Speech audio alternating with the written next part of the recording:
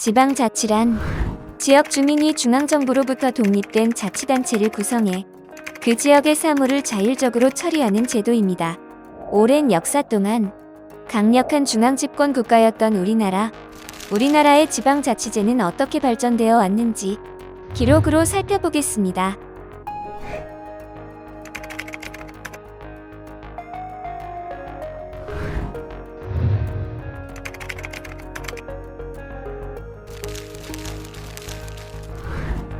(1948년) 제헌헌법에서 지방자치에 관한 내용을 규정하였습니다.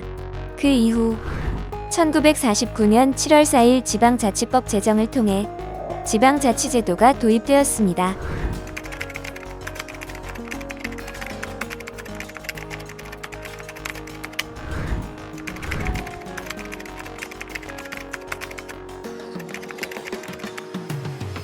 그러나 정부는 국가의 안정, 치안 유지 등을 이유로 지방의회 의원 선거 실시를 미루다가 1952년 전쟁 중 지방의원 선거를 실시하였습니다.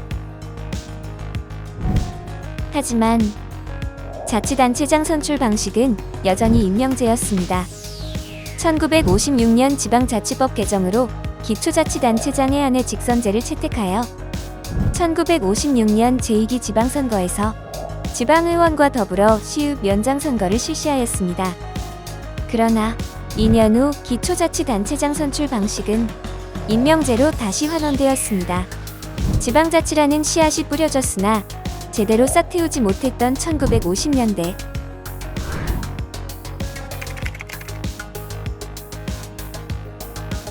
(1961년) 5.16 군사정변으로 지방자치는 중단되었습니다. 이후 군사정권은 중앙집권적인 관치를 30년간 유지하였고 이 시기 지방자치단체는 사실상 국가의 하부기관으로 기능했습니다. 정부는 지난 연말 중앙청회의실에서 세 번째 지방장관 회의를 열고 각 시와 도의 사업 실적과 사업 계획을 협의했습니다. 이 시기 7, 8차 헌법 개정이 있었으나 지방의회는 구성되지 못했습니다. 실현을 맞이한 지방자치제. 이 기간 지방자치단체의 역할은 지방행정에만 국한되었고 지방자치는 실종되었습니다.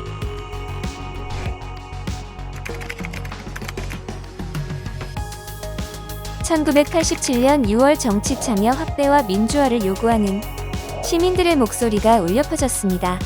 당시 집권 여당의 노태우 대통령 선거 후보자는 6.29 선언에서 지방자치 실시를 발표하였습니다. 이후 헌법 개정과 지방자치법 전면 개정은 지방자치제도 부활의 신호탄이 되었습니다. 지방자치법 개정법률안 대안에 대해서 재석 147인, 가 145인, 구 1인, 기권 1인으로 지방자치법 개정법률안에 대한 내무위원회의 대안은 가결되었음을 선포합니다. 1991년 3월 시 군자치구 의원 선거, 6월 시도의원 선거가 시행되었고 이로써 30년 만에 지방자치가 부활하였습니다. 1995년 6월 27일 제1회 전국 동시지방선거를 실시하였습니다. 우리나라 선거 사상 처음으로 4대 지방선거가 동시에 실시되며 완전한 민선자치시대가 개막되었습니다. 이후로도 주민들의 정치 참여를 보장하기 위한 제도적 장치도 확대되었습니다. 한편 2022년 인구 100만 명 이상의 대도시 중 4개의 시가 특례시로 출범.